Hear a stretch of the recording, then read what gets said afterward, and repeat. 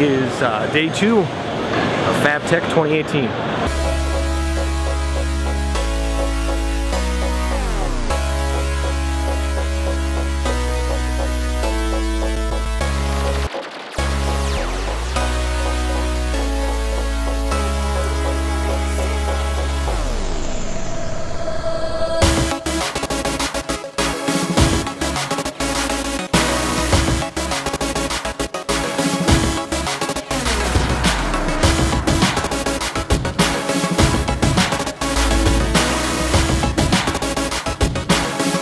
So I finally made it over to C Hall today. This is the essentially the welding building, and that's exactly what is everywhere here. Sparks, and when I say sparks, I mean sparks in a gratuitous sense.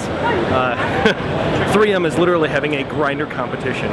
2, 1, go!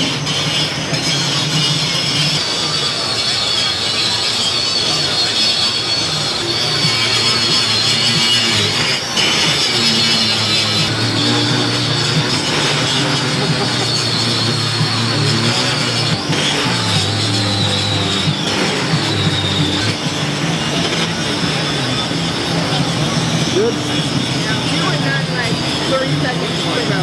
Huh? You were done like 30 seconds ago. I don't have my gloves. The only excuse I can think of for that is to just watch sparks fly. And honestly, it's cool, it's impressive. So much like the industries that are involved in IMPS, the industries that are involved in this industry are, it's one of those things where it's this giant thing that nobody really knows about.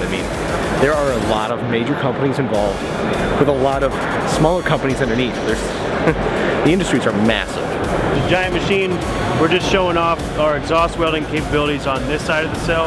On the other side of the cell, we're just showcasing some tooling for automotive seating. Okay. So when this rotates in, we're using coordinated motion with the robot to weld this seam. And then we got about a 7-second cycle time on just the weld. And then the cycle time from sweep to stop is 4 seconds, and then you can rotate these in 2 seconds on the outsides. It's just ridiculous. The other interesting part is, as massive as so many of these companies are, umbrella companies and whatnot, there's a lot of small companies too. A lot of small companies doing some really, really cool stuff.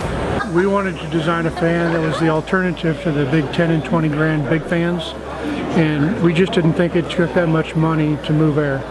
So we have a shroud on it, makes it much more efficient, and it's all built with stainless steel parts, powder coated or zinc plated, so it's not going to corrode even in coastal areas.